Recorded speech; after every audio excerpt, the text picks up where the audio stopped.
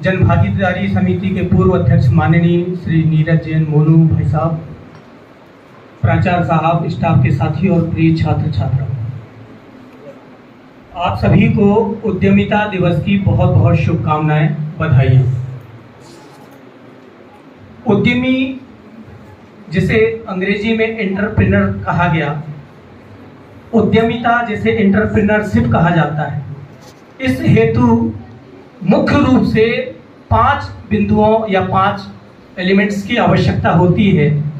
वो है भूमि, श्रम, पूंजी, संगठन और साहस। आपके पास भूमि या भूमि का टुकड़ा या प्लॉट या कोई दुकान या कोई जगह हो, तभी आप उस जगह अपना उद्यम प्रारंभ कर सकते हैं। उसके पश्चात आपके अंदर श्रम, परिश्रम, मेहनत की भावना होनी चाहिए, लगन होनी चाहिए, तब आप उस कार्य को आगाज करके अंजाम तक पहुंचा सकते हैं।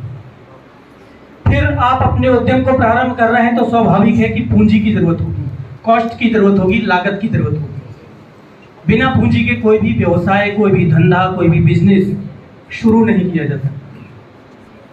फिर उसके बाद संगठन, कि आप जिस माध्यम से बाजार से कोई वस्तुएं ला करके अपनी दुकान पर, अपने उद्यम पर बेचोगे, तो पूरा एक संगठन, पूरी एक यूनिटी उसके लिए लगती है। आप सिर्फ अकेले यह व्यवसाय नहीं कर सकते। भले ही दुकान आप अकेले चलाएंगे, लेकिन आप किसी पर डिपेंड होंगे। आप अपने कस्टमर पर डिपेंड होंगे कि तब आपकी सेलिंग हो, बिक्री हो। आप जहां से प्रोडक्ट ला रहे हैं उस पर डिपेंड होंगे, तो संगठन की जरूरत होती है। फिर अंतिम जो तत्व है साहस। मेरे पूर्व वक्ताओं ने भी जैसा बताया, जोखिम, रिस्क, जिसके अंदर जितनी ज्यादा जोखिम उठाने की प्रवृत्ति होगी, वह अपने उद्यम में उतना ही अधिक कामयाब होगा, सफल होगा, सक्सेस होगा। माननीय पूर्व अध्यक्ष जैन साहब ने एक बात बड़ी अच्छी कही कि शासन में, सत्ता में कोई भी सरकार रही हो, 100% रोजगार कोई भी सरकार ना दे सकी है और ना दे सकेगी। इसीलिए आपको अपने उद्यम की ओर भी ध्यान आकृष्ट करना है। इसलिए इस साल माननीय मुख्यमंत्री जी ने मुख्यमंत्री सीखो कमाओ योजना का आरंभ किया है। यानी आप अपनी रुचि के अनुसार पंजीयन करने के पश्चात जिस क्षेत्र में आप अपना उद्यम प्रारंभ करना चाहते हैं, उस क्षेत्र की जो हुनर है, जो कौशल है, उसको आप सीखें। उसके बाद आत्मनिर्भर बनके स्व व्यवसाय प्रारंभ करके आप कमाएं। सीखो कमाओ योजना। जैसा कि उन्होंने कहा कि बेरोजगारी बहुत अधिक है, तो चंद पंक्तियों के साथ बात अपनी रखूंगा कि देखिए, सरकारी अभिलेखों में, गवर्नमेंट के रिकॉर्ड में चाहे सब कुछ हरा भरा दिख रहा हो, लेकिन असलियत यह है कि बेरोजगारी बहुत ज्यादा है। तहस नहस है बस्ती सारी, चारों तरफ बदहाली है। तहस नहस है बस्ती सारी, चारों तरफ बदहाली है, लेकिन सरकारी अभिलेखों में गांव गांव खुशहाली है। रिकॉर्ड में तो लगता है कि पूरी खुशहाली है, लेकिन सरकारी अभिलेखों में गांव गांव खुशहाली है।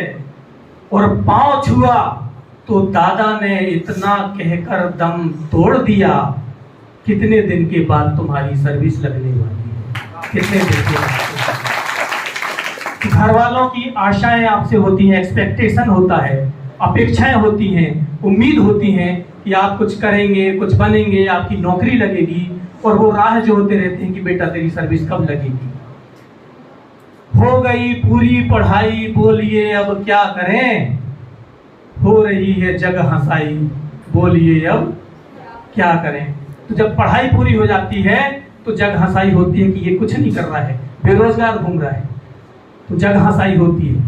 तो अच्छा हो कि आप गंभीरता पूर्वक पढ़ें, और पढ़ते के साथ साथ जितने हुनर सीख सकते हैं, आदरणीय श्री राठौर जी के मार्गदर्शन में, उनके नेतृत्व में, उनके प्रशिक्षण में यहाँ बहुत सारी वस्तुएं निर्माण करने की कला सिखाई जा रही है। आप सीख लें, आपके भविष्य में काम पड़ेगी।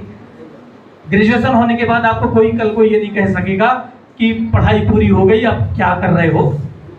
तो नहीं तो बेरोजगारी के कारण आए दिन हम अखबारों में पढ़ते हैं कि फला व्यक्ति ने बेरोजगारी से तंग आकर सुसाइड कर लिया, बेरोजगारी से तंग आकर उन्होंने गलत कदम उठा लिया।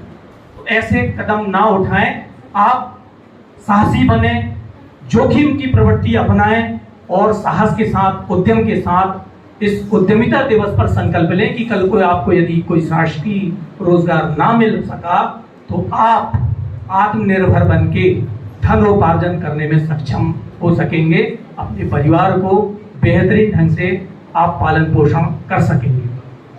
और अंत में 4 लाइन के साथ विदा लूंगा। किस तरह से बेरोजगारी का आलम है कि मुश्किल में साथ दे ऐसी आश तो नहीं, मुश्किल में साथ दे ऐसी आश तो नहीं, ऐसा जिगर ए यार तेरे पास तो नहीं, और माँ रोज जेब टटोले है बेरोजगार की, बेटे की जेब में कहीं सल्फास तो नहीं। शुक्रिया, धन्यवाद। Thank you.